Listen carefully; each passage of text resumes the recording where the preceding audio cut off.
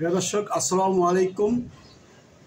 দিনমজুরের ছেলে থেকে শ্রীলঙ্কার প্রেসিডেন্ট কে এই ব্যক্তি যে দিনমজুরের ছেলে ছিলেন হয়ে গেলেন শ্রীলঙ্কার নতুন প্রেসিডেন্ট। তিনি আর কেউ নন, অনুরাগ কুমার দিশানায়েক। দ্বীপ রাষ্ট্র শ্রীলঙ্কার 2 বছরের বেশি সময় পর নির্বাচিত প্রেসিডেন্ট পেল। 22 সেপ্টেম্বর রাত 8টায় দেশটির নির্বাচন কমিশন ঘোষণা করেছে বামপন্থী নেতা অনুরাগ কুমার দিশানায়েক শ্রীলঙ্কার নতুন প্রেসিডেন্ট। এবং ঐতিহাসিক দ্বিতীয় দফায় ভোট গণনায় তার প্রতিদ্বন্দ্বীদের হারিয়ে দিশানায়েক প্রেসিডেন্ট পদে বিজয়ী হলেন। শ্রীলঙ্কার অর্থনৈতিক সংকটের পর এটাই প্রথম নির্বাচন। দিশানায়েক দেশটির বৃহত্তর রাজনৈতিক জোট ন্যাশনাল পিপলস পাওয়ার এনপিপি নেতৃত্বে নির্বাচনে অংশ নেন এবং প্রায় 42% ভোট পেয়ে বিজয় অর্জন করেন। তার নিকটতম প্রতিদ্বন্দ্বী সাজিদ প্রেমাদাসা 23% ভোট পেয়েছেন।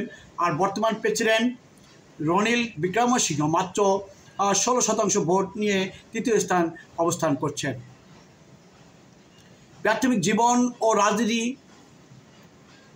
অনুরাগ কুমার দিশানায়েকের কখন তিনি যোগদান করলেন তার রাজনৈতিক জীবনে। দিশানায়েকের জন্ম অনুরাধাপুরা জেলার থাম্বুতে গ্রামের এক নিম্ন মধ্যবিত্ত পরিবার। তার বাবা ছিলেন দিনমজুর আর মা ছিলেন গৃহিণী। শৈশব থেকে কঠোর পরিশ্রম আর অধ্যবসায়ের মাধ্যমে তিনি কেলানিয়া বিশ্ববিদ্যালয় থেকে বিজ্ঞান বিভাগে ডিগ্রি অর্জন করেন।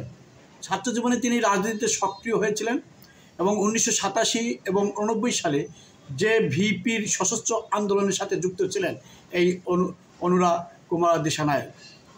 অনুরাগ কুমার দিশানায়েকের মূলধারা রাজনীতিতে অভিষেক হয় কখন?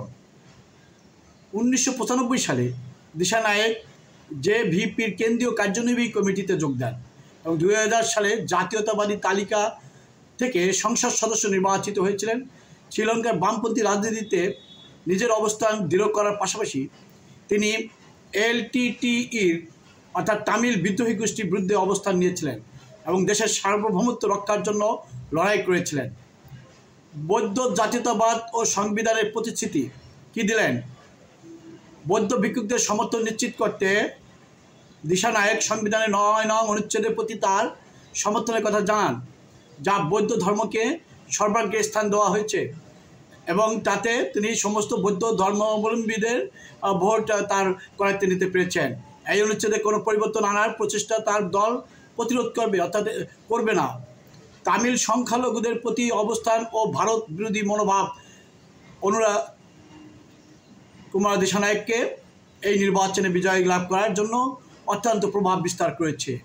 দিশানায়েকের দল যে ভিপি তামিলদের কাছে ক্ষমতা হস্তান্তরের বিরোধিতা করেছে এবং 1987 সালে ভারত শ্রীলঙ্কা চুক্তির তীব্র সমালোচনা করে।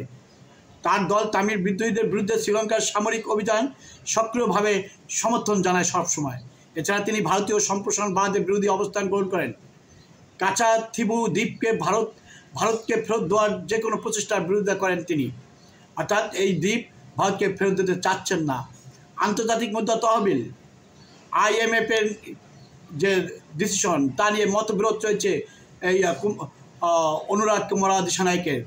শ্রীলঙ্কার নতুন প্রেসিডেন্ট দিশানায়েক তার সরকার আন্তর্জাতিক মুদ্রা তহবিলের বেইল আউট চুক্তির শর্ত অনুসারে আলোচনা করবে, যা বর্তমান সরকারের নীতির বিপরীত। তিনি শ্রীলঙ্কার জন্য একটি নতুন সূচনার প্রতিশ্রুতি দিয়েছেন এবং দেশকে অর্থনৈতিক সংকট থেকে মুক্ত করার লক্ষ্যে কাজ করবেন, এটা তিনি বলেছেন তার বক্তব্যে।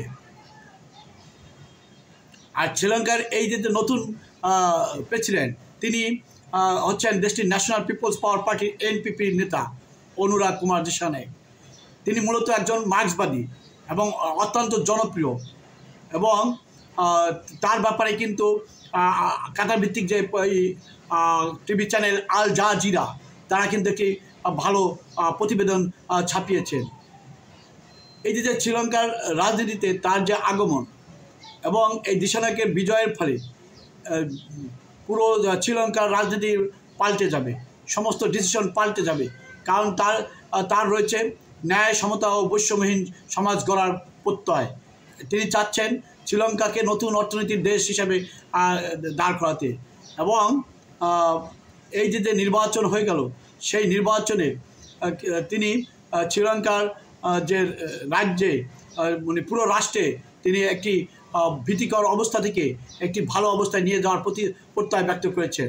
কারণ শ্রীলঙ্কা এখন একে তো অর্থনৈতিকভাবে দিশেহারা এবং IMF-এর চাপে দিশেহারা, পাশাপাশি পুরো যে মূল্যস্ফীতি বা মুদ্রাস্ফীতি যাই বলেন না কেন তার দিশেহারা অবস্থায়, সেখান থেকে এই কমিউনিস্ট নেতা কীভাবে তিনি দেশকে এগিয়ে নেন সেটাই দেখার বিষয়। বিদায় নিচ্ছি এই মুহূর্তে, দেখা হবে পরবর্তীতে অন্য কোনো ভিডিও নিয়ে।